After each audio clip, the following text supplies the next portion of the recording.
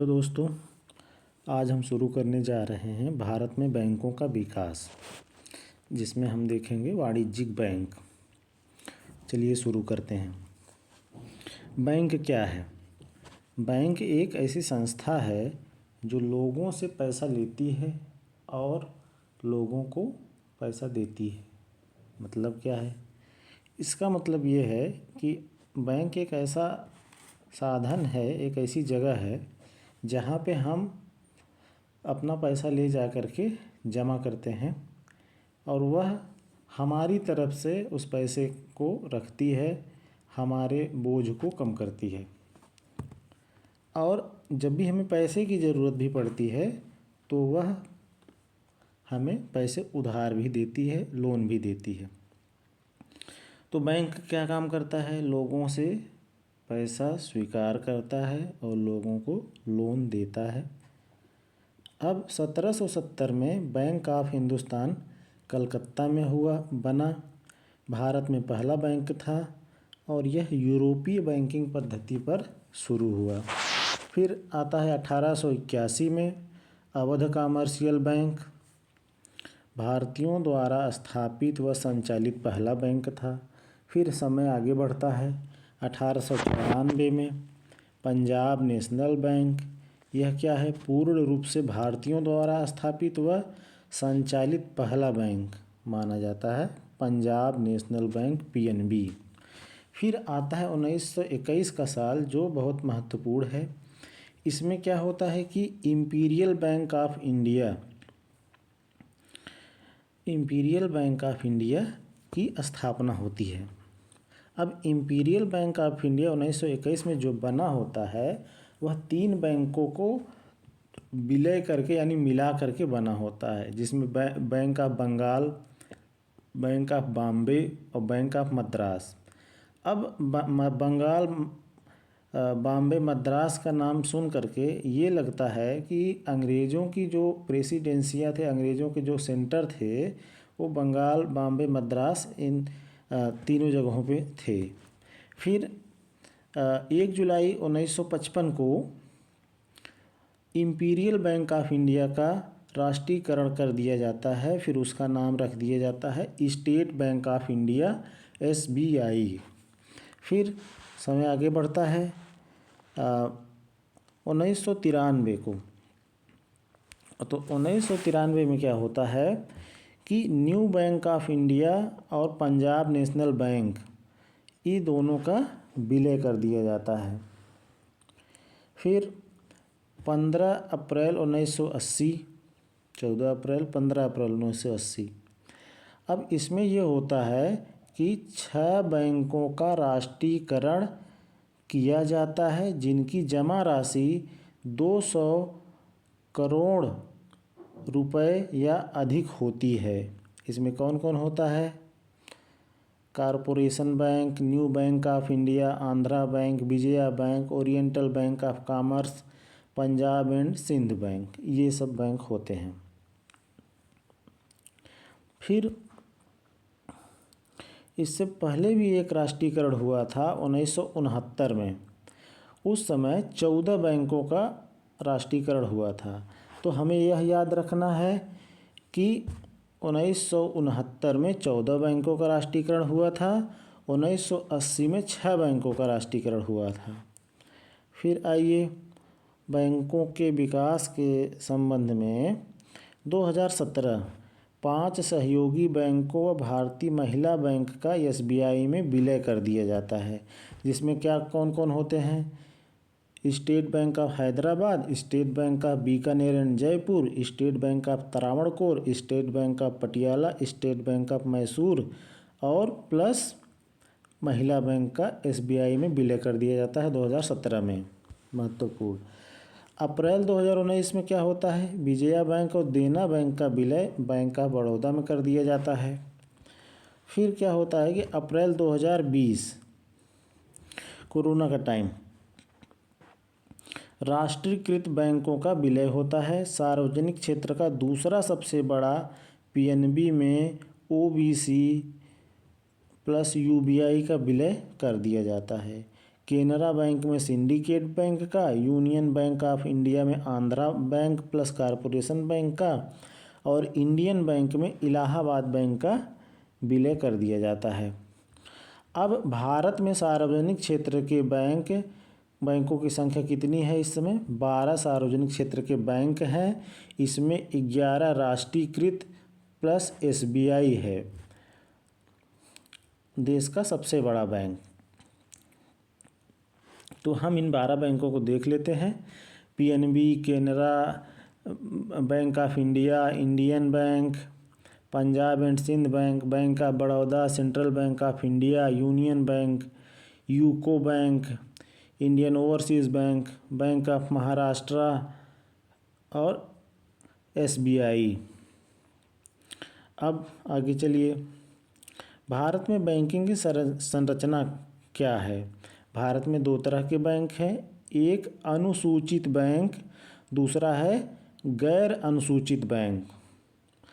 अब जो हमारा अनुसूचित बैंक है उसमें भी 2 तरह के बैंक हैं। पहला हमारा वाणिज्यिक बैंक है और दूसरा है सहकारी बैंक।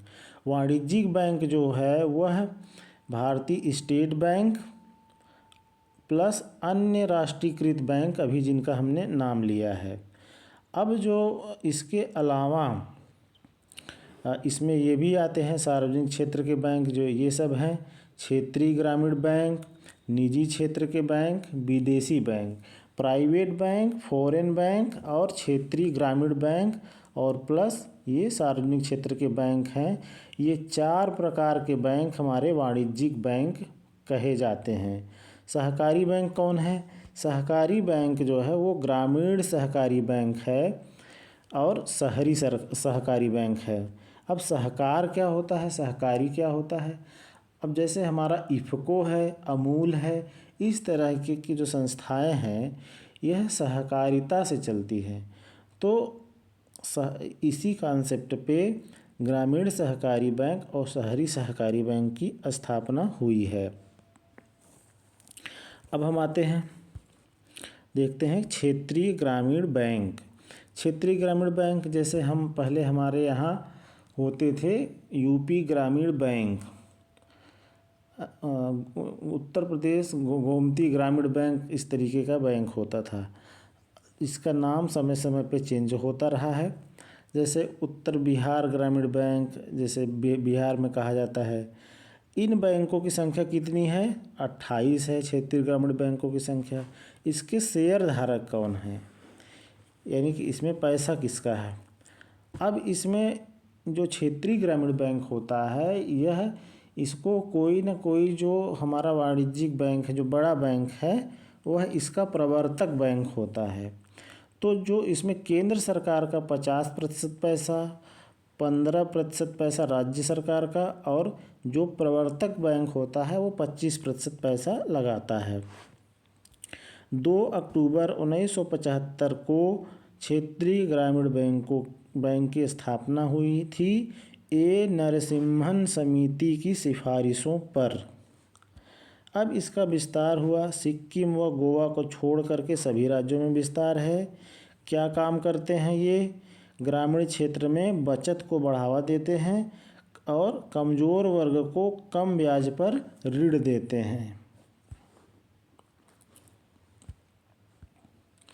अब आइए, अब सहकारी बैंकों के बारे में देख लेते हैं। सहकारी बैंक क्या होता है? राज्य सहकारी बैंक राज्य का शीर्ष सहकारी बैंक होता है। फिर केंद्रीय और जिला सहकारी बैंकों को ऋण देता है। केंद्रीय सहकारी बैंक को अब इसमें जो एक महत्वपूर्ण चीज़ होती है, राज्य सहकारी बैंक और केंद्र सहकारी बैंक। तो इसमें जो राज्य सहकारी बैंक होता है वह बड़ा होता है, ना कि केंद्र सहकारी बैंक, क्योंकि केंद्रीय सहकारी बैंक जो होता है वो जिला स्तर पे होता है और राज्य सहकारी बैंक जो होता है वो राज्य का शीर्ष सहकारी बैंक होता है। और राज्य सहकारी बैंक जिला सहकारी या केंद्रीय सहकारी बैंक को ऋण उपलब्ध कराता है। केंद्रीय सहकारी बैंक का जो कार्य क्षेत्र होता है वो जिले तक होता है। यह क्या काम करता है? राज्य सहकारी बैंक जो ऊपर है और प्राथमिक सहकारी समितियां जो है जैसे मंडी समिति, इनको इनके बीच में पुल का काम करता है। अब प्राथमिक कृषि सहकारी समितियां क्या होती है? अब इसमें एक गांव अथवा क्षेत्र में कम से कम 10 व्यक्तियों द्वारा मिलकर के बनाई जाती है। प्राथमिक कृषि सहकारी समिति कृषि क्षेत्र हेतु अल्पकालीन ऋण ये उपलब्ध कराती है। अब शहरी सहकारी बैंक यूसीबी, इसका कार्य क्षेत्र क्या है? महानगर, शहर अथवा अर्ध शहरी क्षेत्रों तक ये सीमित होता है। यह किस लिए ऋण देता है, लोन देता है? सूक्ष्म, लघु एवं मध्यम उद्योग और छोटे उद्यमों के लिए लोन देता है, खुदरे व्यापारी को लोन देता है। अब शहरी सहकारी बैंकों की संख्या कितनी है? तो 1454 है। बहुराज्यीय सहकारी समिति का गठन तो यह कैसे हुआ है? बहुराज्यीय सहकारी समिति अधिनियम 2002 के तहत पंजीकरण द्वारा इसकी स्थापना हुई है। अब आइए, अब एक होता है, एक योजना है अग्रणी बैंक योजना, लीड बैंक योजना। इसका शुभारंभ 1969 में गाडगिल समिति की सिफारिश पर किया गया था। इसका कार्य क्या है? निर्धारित जिलों के लिए जिला ऋण योजना बनाना अग्रणी बैंक का काम है। अब जैसा कि हमने देखा कि जो हमारे दो तरीके के बैंक थे कि हमारे पास एक था हमारा वाणिज्यिक बैंक और एक था हमारा सहकारी बैंक। सहकारी में हमने देखा ग्रामीण सहकारी बैंक, शहरी सहकारी बैंक, और वाणिज्यिक में हम 4 तरह के बैंक देखते हैं। सार्वजनिक क्षेत्र के बैंक यानी सरकारी बैंक, प्राइवेट बैंक, विदेशी बैंक, क्षेत्रीय ग्रामीण बैंक। तो ये हम 4 तरह के बैंक देखे हैं। अब इसी में से जो हमारा प्राइवेट क्षेत्र के बैंक हैं, अब उसमें क्या है? बैंक हमारे देश में प्राइवेट क्षेत्र के कुल 21 बैंक हैं और 2 लोकल एरिया के बैंक हैं। इसमें विदेशी निवेश की बाहरी भारत के बाहर के जो व्यक्ति या संस्था अगर इसमें निवेश कर रही है तो वह 74% तक सरकार ने अनुमति दी है। जैसे कौन कौन से बैंक हैं? निजी क्षेत्र के bank, axis bank, HDFC bank, Kotak Mahindra bank, yes bank, ये सब प्राइवेट क्षेत्र के बैंक हैं। अब हम आते हैं विदेशी बैंक। विदेशी बैंक भारत में कितनी हैं? 44 हैं। और प्रमुख विदेशी बैंक कौन कौन से हैं? भारत में विदेशी बैंक जैसे स्टैंडर्ड चार्टर्ड बैंक, यह किस देश का है? तो यह ब्रिटेन का बैंक है। HSBC बैंक, HSBC बैंक कहाँ का है? हांगकांग का है। ड्यूश बैंक जर्मनी का है। Bank of Nova Scotia Canada का है। अमेरिकन एक्सप्रेस बैंक लिमिटेड, यह बैंक अमेरिका का है। तो और भी भारतीय बैंक हैं, विदेशी बैंक हैं भारत में, लेकिन ये कुछ प्रमुख भारतीय विदेशी बैंक भारत में कार्य कर रहे हैं। धन्यवाद।